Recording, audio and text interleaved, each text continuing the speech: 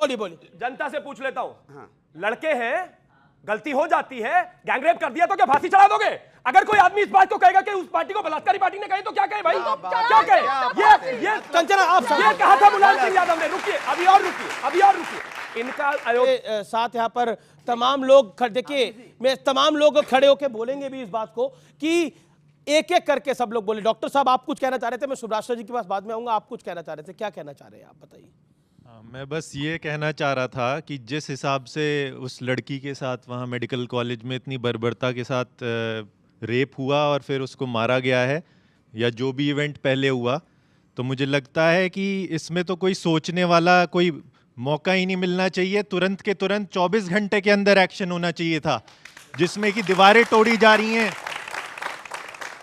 Evidence मिटाए जा रहे हैं, दीवारें तोड़ी जा रही हैं, और जो है अपने लोगों को, अपनी पार्टी के लोगों को बचाने के लिए किस किस तरीके से वहां पे खेल करे जा रहे हैं। क्या मजाक चल रहा है इस देश में? क्या हो रहा है ये डॉक्टरों के साथ? प्रोफेशनल लोगों के साथ इतनी बदतमीजी हो रही है तो आम आदमी यहाँ का कैसे जी पाएगा? कैसे यहाँ की महिलाएं जो है। देखिए डॉक्टर नरेंद्र कुमार शर्मा थे, वो कार्यक्रम छोड़ के चले गए हैं और उन्होंने बोला कि इस तरह की जिस तरह से तू मैं हो रही है वो अच्छी नहीं है। मेरा सवाल सिर्फ ये है कि आप पॉलिटिक्स भी सिलेक्टिव है रेप के ऊपर। सुब्राष्ट्रा यू राइट, आप कई चैनल्स पे आती हैं, कॉलम्स लिखती हैं, इसलिए मेरा आपसे ये प्रश्न है। आमिर जी, शर्मा जी का जाना एक प्रतीक है और मैंने शायद आपसे पर्सनली डिस्कस किया है कि मैं जिस स्कूल में पढ़ी वहाँ से मेरे सेक्शन के लगभग 70% लोग डॉक्टर्स हैं। तो मेरे लिए एक बहुत पर्सनल इशू है, क्योंकि एक 31 साल की लड़की, मुझसे भी छोटी लड़की, उसका जाना इस तरीके से जाना, ये सिर्फ एक लड़की का जाना नहीं है, ये 3 जनरेशन्स के सपनों की हत्या है, निर्मम हत्या है। उस पर कैसे किसी, खास करके किसी नेत्री का अगर बयान आता है मेरे लीडर तेरे लीडर, तो मुझे अंदर से आग लगती है बहुत। और ये सिर्फ इनकी बात नहीं है, कंचना जी की बात नहीं है, यहाँ पर किसी भी पॉलिटिकल पार्टी की कोई भी नेत्री आएंगी, मैं दावे के साथ कह सकती हूँ कि वो अपनी पार्टी के किसी भी व्यक्ति पे अगर लांछन लगे, आरोप लगे, वो दमखम के साथ नहीं कह सकते या नहीं कह सकती, जो भी हो, कि गलत हो रहा है, नहीं होना चाहिए। ये हमारी राजनीतिक मजबूरी है। मुझे लगता है आमिर जी, मैं थोड़ा सा आपसे एक रिक्वेस्ट करूँगी, कुछ इश्यूज़ पर मुझे ऐसा लगता है कि राजनीतिक लोगों को बाहर रखना चाहिए डिबेट्स के। महिला सुरक्षा ऐसा विषय है, खास करके जिस तरीके की घटनाएं हुई, क्योंकि कोई भी पार्टी हो, अल्टीमेटली वो बात सीबीआई से लेकर के स्टेट पुलिस तक आएगी। उस लड़की का क्या, उस लड़की के फैमिली का क्या? और मैं आपको एक बात बता दूं, अगर उन रेपिस्ट को हैंग भी कर दिया जाता है ना, ये दिस बार बार कहा जा रहा है कि रेप होता उसको हैंग कर दो, it's not justice.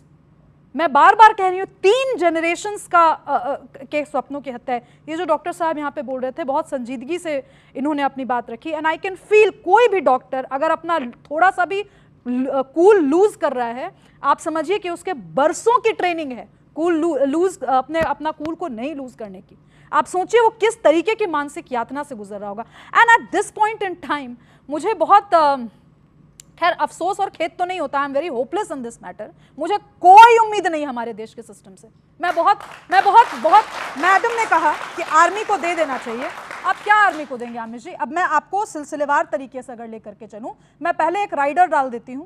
Kuldeep Singh Sengar जो भारतीय जनता पार्टी का नेता था, उसके खिलाफ सबसे पहली आवाज मैंने उठाई थी। बृजभूषण चरण को लेकर के आज तक कभी भी मैंने डिफेंड नहीं किया। मेरे ऊपर अगर कोई तमगा लगाएगा, मैं मुंह नोच लूंगी उसका आज, कि मैं किसी पार्टी की वकालत कर रही हूं। लेकिन चंपा बिस्वास का केस आज तक क्यों सॉल्व नहीं हुआ?